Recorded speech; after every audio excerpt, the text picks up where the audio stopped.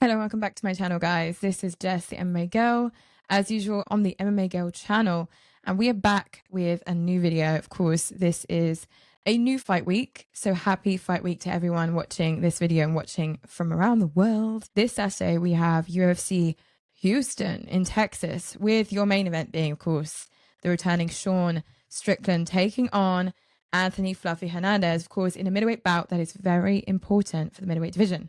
And today, we're going to go through this card one by one. Of course, I'm going to go through the prelim fights not to miss out on, and of course, the main event predictions and breakdown. Do not miss this video, guys, and let me know your predictions and picks in the comments down below. Are you guys happy with this card? What do you give this card out of 10? Is this a stacked card for you guys? Are you excited to be back in a fight week? Hope you guys had a nice weekend last weekend with Valentine's Day.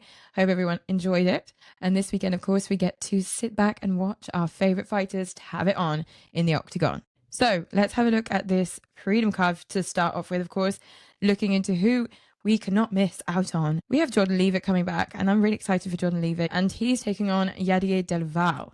This is going to be a great featherweight fight. Yadier Delija is an undefeated fighter with 10-0, and Jordan Leavitt is on a great streak right now. He had a great comeback fight when we last saw him, and he is currently on a record of 12 victories to 3 defeats.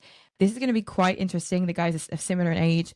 They have similar stats. This should be one for the books, guys, and a banger fight not to miss. Also not to be missed, in the welterweight division, we have Ramiz Brahimaj. He's on 13 fights, won 5 defeats, and he'll be taking on Soriano, who has a record of 12 victories to 4 defeats.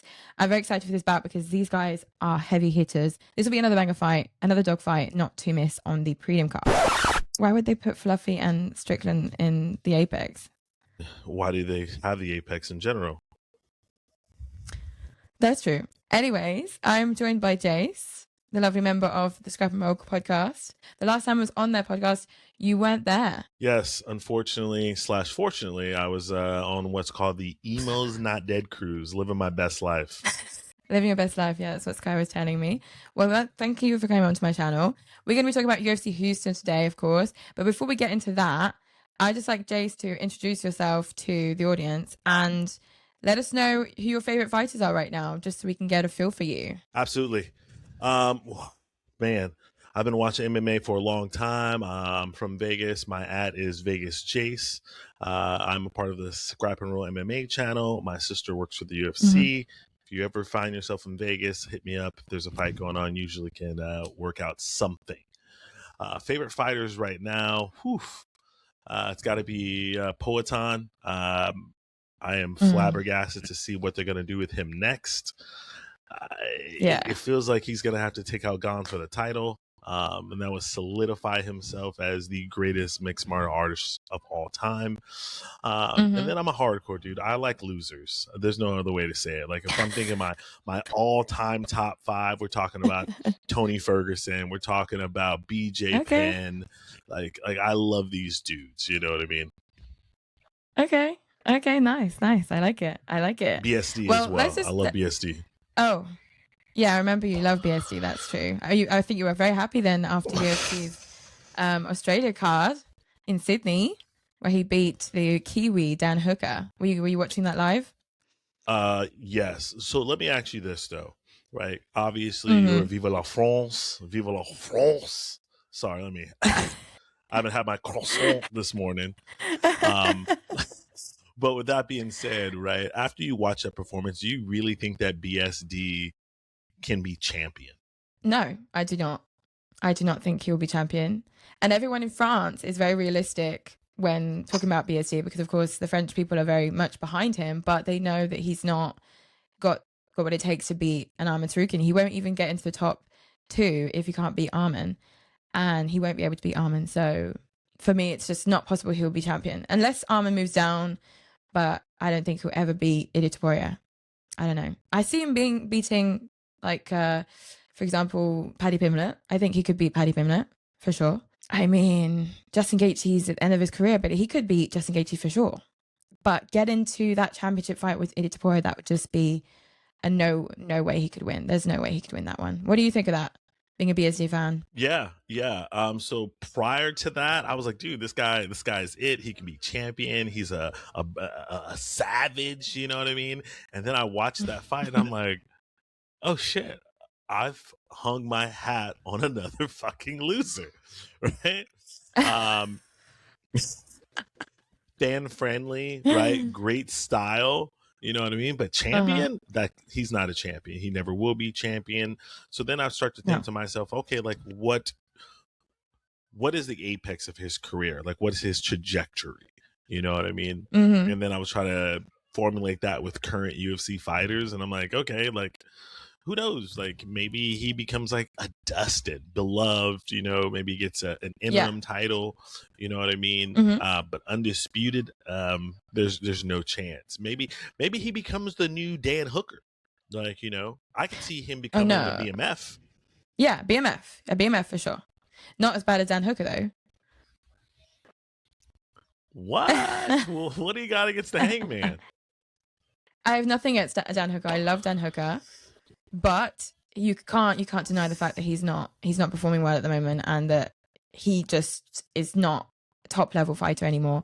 Maybe he was at one point in his career, but now he's just losing. I don't see BSD going down that road either. I see BSD, you know, he's going to still have a better career than Dan Hooker, I think. But he's definitely a BMF for sure. You think he'll have a better career than Dan Hooker? Yeah, for sure. 100%. For sure. That's crazy. You over here, you know, talking about Dan Hooker like he's a scrub or something. No, but he's just a little bit, you know, a little bit less skilled, a little bit less successful, I think, than BSD, for sure. You're a BSD fan. Why are you saying no to that? Yeah. Because I just don't agree with it, I guess. Or at least I say, hold on, let me shake my magic 8 ball. It says time will tell. Right. So going back onto the French fighters, Cyril Gane, we were talking about Cyril Gane just now. Rumors are saying that, of course, Tom Aspinall, having had his eye surgery, he may be out for quite some time, at least 6 to 8 months. So he's definitely going to have to, like, at least let an interim fight happen, or maybe even vacate his title. What do you think of a potential fight between Gane and Pereira? Can I break some news on your show? Go on. I have an insider with insider information. Is your heart palpitating a little bit right now? It is. Do. No, long story short, I heard from an insider that your boy Tom Aspinall is done with the disrespect and has formally asked the UFC for his release. Really? Well, I heard that. I did hear that. And apparently it's not true. Are you sure? It's true. According to my insider, it's true. Oh my God. I thought it was fake, because he posted a photo not like, you know, 8 hours ago on his Instagram. Let me get it up. And he said, still champ or something like that. The champ is still here. Because I think he's hearing these rumors going around. So he's like, I need to confirm to people I'm still who they think I am. Well, he's definitely still under contract, right? But it's almost like, you remember with Poatan last year, you know, when he was like, you know, F the UFC. And then, I got hacked. And then 6 months after, okay, it was me. That's true, I guess, yeah. But he did post still in the game with his, you know, championship belt and his champion sponsorship. But, you know, you could be right. He could be leaving the UFC. I can see that happening, for sure. Well, asking for a release and getting it. I don't know how you're familiar with, you know, 15, 20 years ago, the Randy Couture saga, you know, where he literally ate away 5 years of his career because he wanted the release. Same with Josh Barnett. If you think that he wants to ask for his release, what do you think will happen next? Do you think the UFC will then refuse him and he'll have to stay at the UFC but vacate his belt? What do you think will happen? I don't know. At the end of the day, the UFC is thug life personified. You know, they have hitched their wagon to the current regime. They operate now with impunity. So I don't know. The UFC does whatever the F the UFC wants to do. You know, why do you throw Shavkat Yes. out of the rankings, but Kobe Covington is still there? Like, I have no idea. Why was Brian Ortega in the rankings for 19 years? Why do you cut Jailton Almeida when Tuvas is still in the heavyweight division? Because it's an entertainment thing, and Jailton Almeida is, you know, like watching an ear. Well, in any case, you're correct. I think the UFC are they're really being strict right now. They're cutting people they want to cut. They're letting people go. So maybe we will see an interim title fight for the UFC's heavyweight title, whether or not Tom asks for his release. So if it's Gane versus Alex Pereira, how do you think that will happen? How do you think that will go? Terrified to think about. I think so. Like, as previously stated, I'm a huge Mandingo Poatan fan. You know what I mean? I think out of all the heavyweights, I think Cyril Gane is actually the worst matchup for him out of every single heavyweight. Okay. I see him doing better against Jon Jones, which I know is blasphemous to a lot of the casuals out there. But it's strictly because even though Poatan would be coming up in weight, and generally speaking, I mean, you're going to be faster than everyone else. I don't think he's faster than Gane. I think Gane is faster than him. Hits just hard, you know, so that spells bad news for Poatan. That being said, I'm still would pick Poatan, but I'd be watching it, you know, biting my fingernail. I can't wait for that fight. If that's going to happen at the White House, I would be so excited. I would really love to see that. Is that the number one fight you'd want to see at the White House? For sure. 100%. Yeah, for sure. I don't know if they'll do Jon Jones versus Alex. I don't think they will. So I don't even want to consider that fight. But if they want to do Jon Jones Alex, then that's for sure a fight I'd want to see over Gane versus Alex. But it would be more fair to do Gane versus Alex at the White House, for sure. What is fair? What is fair, especially regarding the UFC, right? Can you tell anything is fair to Lerone Murphy, right? Can we tell anything is fair to him? So what is... No. The biggest fight that they can make outside of something to do with Conor McGregor is going to be Alex against Jon Jones. For sure. But it won't happen. I don't think John's coming back. I think Jon, he just spoke about the fact that he has to have a hip replacement and he's got arthritis.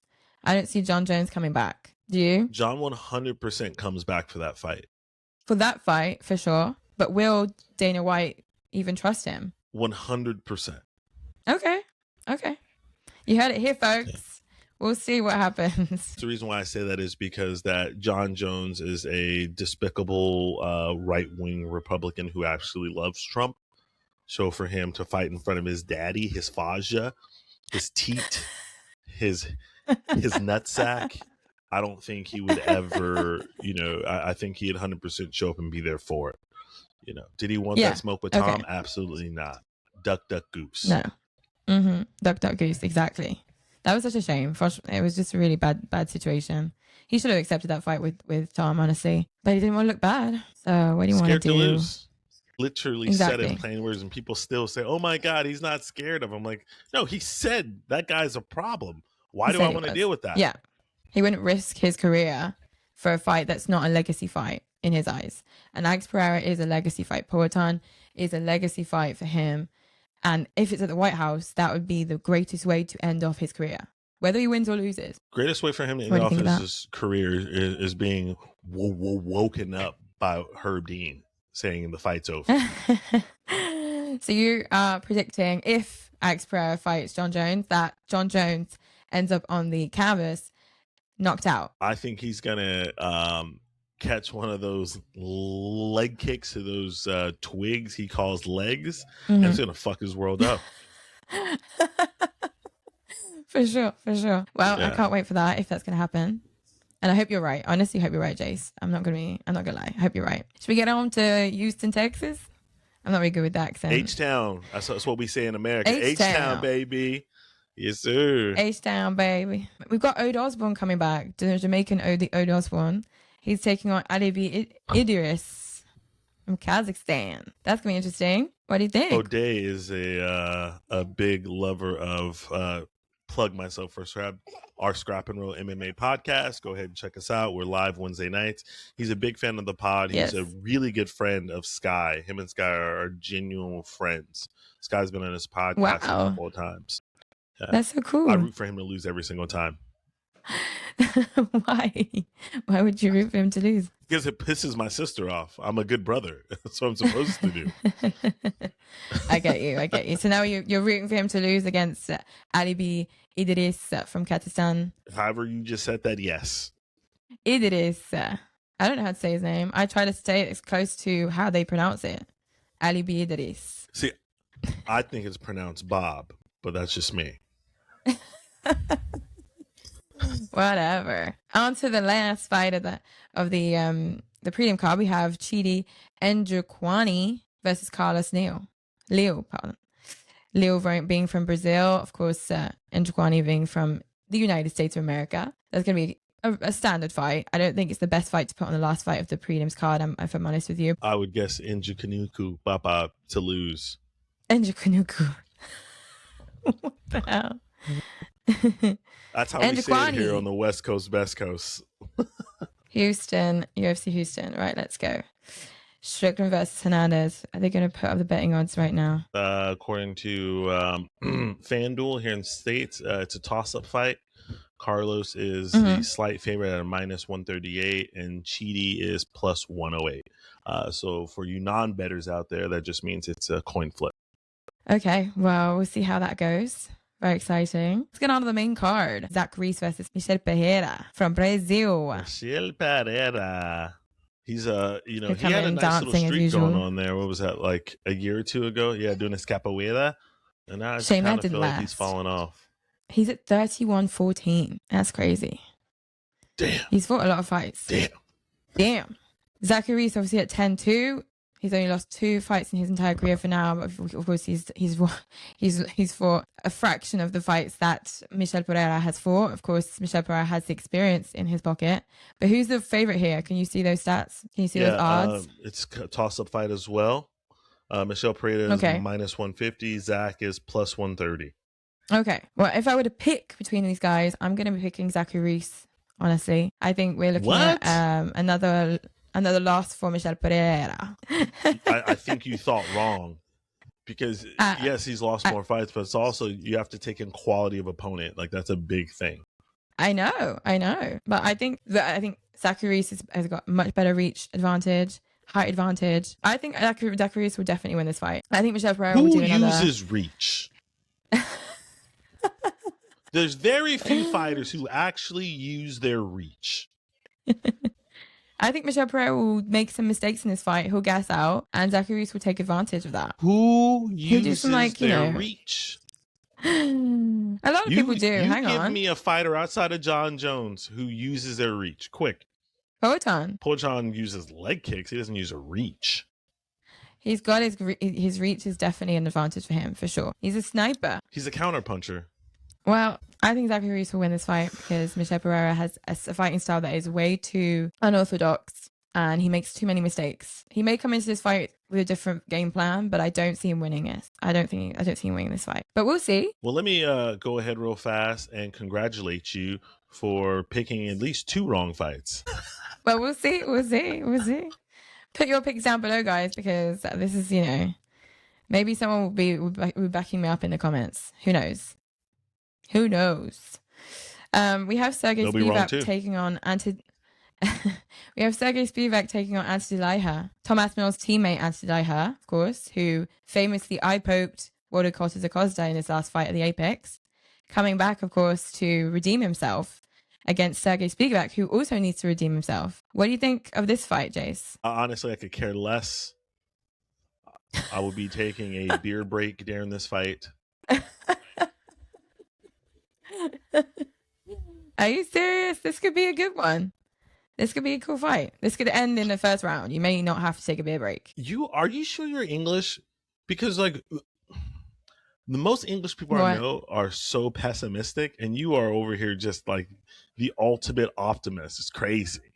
I'm very optimistic. I think you need to be a bit more positive about this fight. I think it's a big fight. Who are you picking between Sergey Spivak and Delija? Seriously, who are you picking for this one? Oh man, even though going to take a bit of break. Tweedledee or Tweedledum.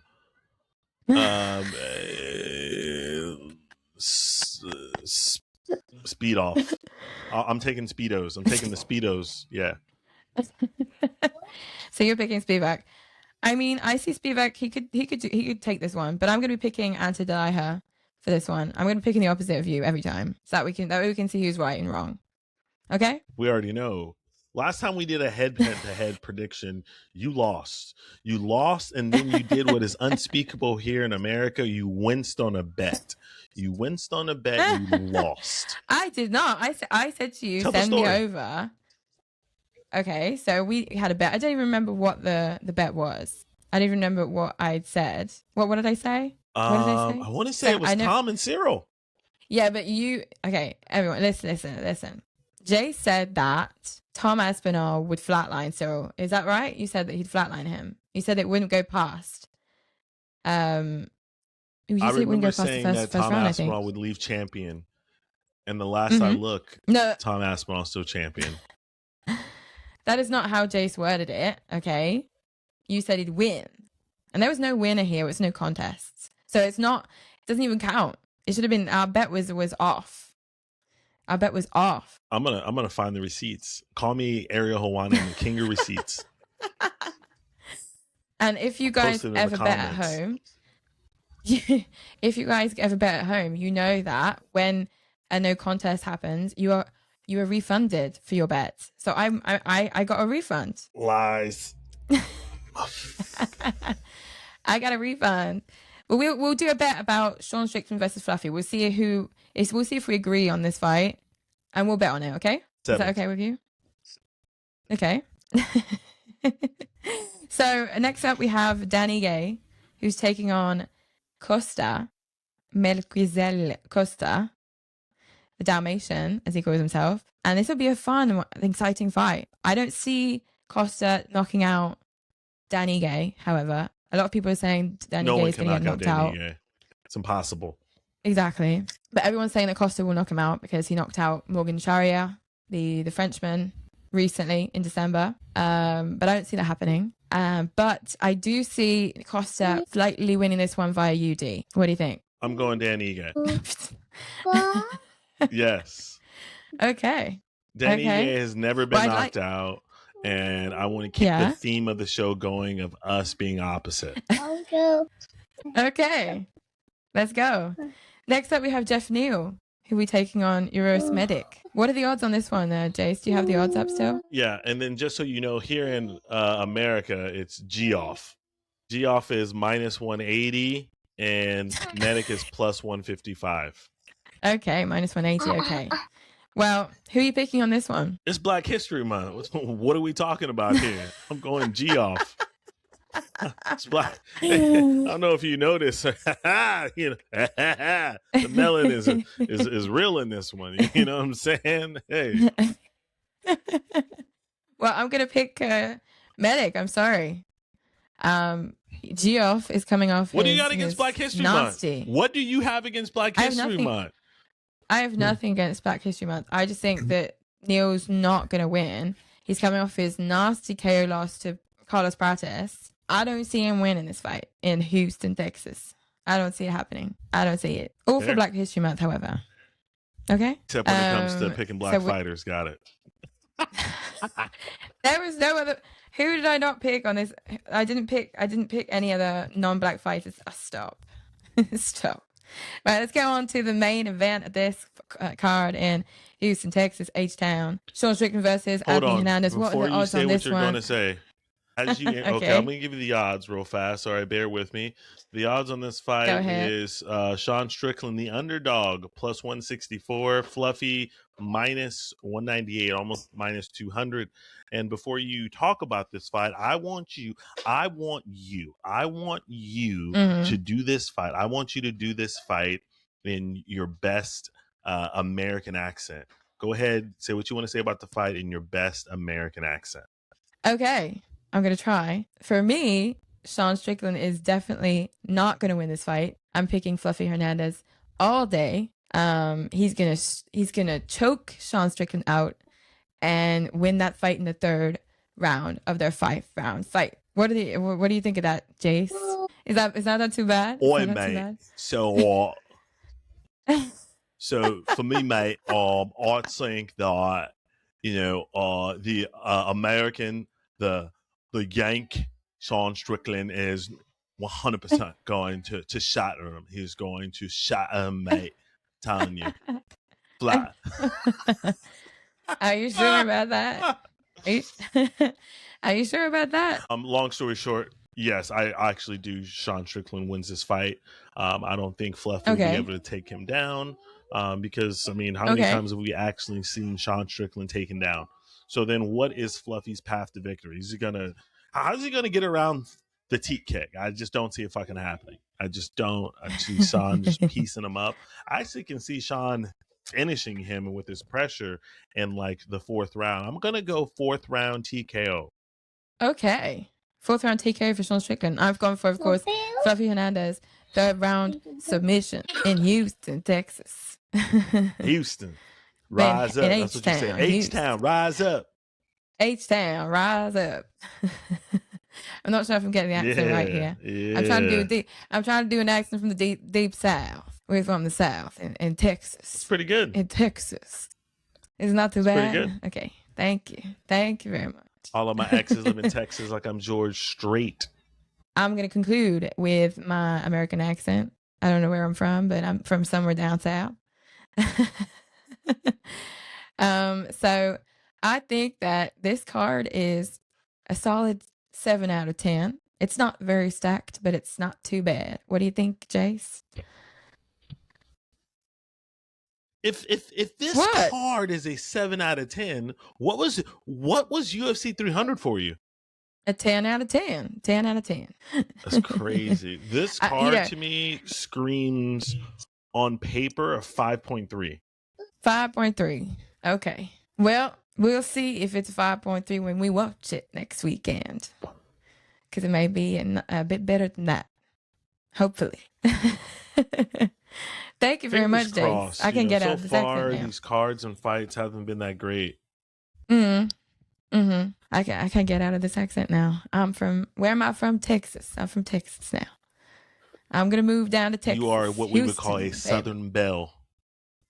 I'm a Southern Belle. I need to change names because I don't think Jessica's very Southern. Well, you're going to have to practice the accent because Manchester is not an easy accent. Oh, it's not like a London accent, if I'm being fair. Oh, go ahead. I haven't heard it. Next time. We'll have Jace back on the podcast very soon, and we'll see if what we bet. Hang on. Hold up.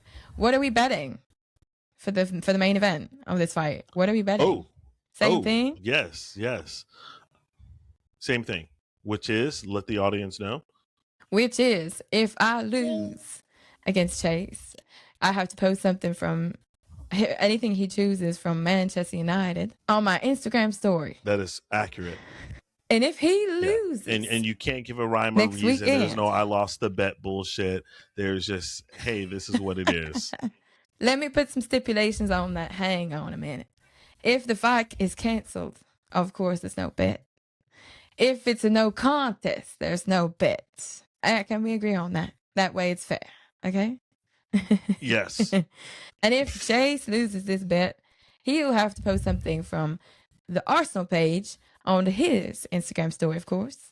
So tune in next weekend and follow Jace on Instagram so you'll be able to see his story on Sunday. You'll be able to see his story on Sunday with that nice photo from Arsenal Football Club on his story. I don't have to be correct with the round and the way he will win. Fluffy just has to win. And if you win, Strickland wins. Okay? Why is he shaking his head, y'all? Because Fluffy is not going to win. He doesn't have a chance. He's not going to be able to take him down. Sean Strickland's going to talk that shit to him the entire time. Fluffy is a fraud. He's going to be exposed as a fraud, and I'm here for it. I can't wait. Sean Strickland is a very polarizing person. Some things he's like very right and accurate about, and then some things he are just like, what are you talking about, you sociopath? I encourage anyone to watch his interview where he like crashes out on a Hawani show and talking about being abused and crying. And Yeah. your man is bipolar. Yeah. I don't know how else to say it. But yeah, I think Sean Strickland's going to lose this one. We'll see. In Houston, Texas, H-Town, baby. Well, thank you very much, Jace. Thank you very much for being on my podcast. Thank you very much for being on the MMA Girl channel. Put your pics down below in the comment section. Check out Chase on Instagram. Check out the Scrap and Roll podcast. I'll link it all down below. Thank you very much for being here, Jace. Do you want to say goodbye to the audience?